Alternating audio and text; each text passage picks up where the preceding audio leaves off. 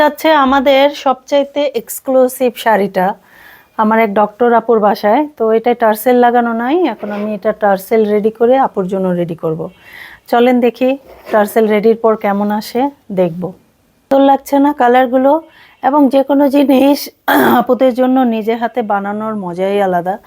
আর শাড়িটা আমি নিজে হাতে তৈরি করে না পারলেও টার্সেলটা লাগিয়ে দিচ্ছে, এটা আমার কাছে অনেক ভালো লাগছে। আসলে এর পিছনে অনেক গল্প কথা, একটা শাড়ি তো না, যেন সেই লেভেলের গল্প। চলেন দেখি।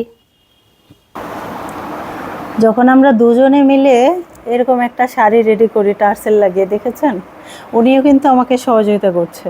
শেষ হয়ে গেল টার্সেল লাগানো, এখন প্যাকেজিংয়ের পালা। চলে যাচ্ছে পানি পলি।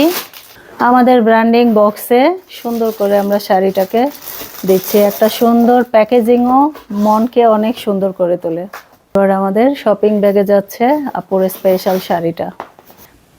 এত সোফা শাড়ির সাথে আমরা আপুর জন্য এরকম একটা শাড়ি এক্সট্রা গিফট রাখছি।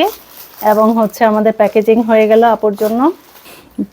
আমাদের প্যাকেজিং শেষ, ইনশাল্লাহ এখন গন্তব্যে পৌঁছে যাবে।